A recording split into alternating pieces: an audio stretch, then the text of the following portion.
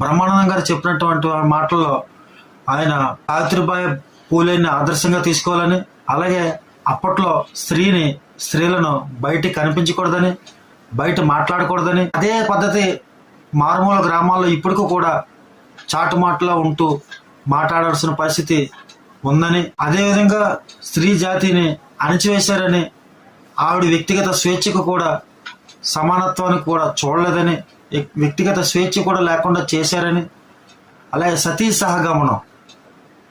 సహగమనం అనేది అప్పట్లో అనేటువంటి మాట, ఇప్పుడు దీన్ని సనాతన ధర్మం అంటున్నాం. సతీ సహగమనం అంటే భర్త చనిపోతే ఆ భర్త చితిలోని భార్యని కూడా తోసి కాల్చేసేటువంటి సంస్కృతి, అది సతీ సహగమనం. అదే విషయాన్ని ఆయన వ్యతిరేకించారు. అదే విషయం ఈ రోజుల్లో కూడా ఉంటే ఎంతవరకు దుర్మార్గమైనటువంటి సందర్భం అని చెప్పి ఆయన అనడం జరిగింది.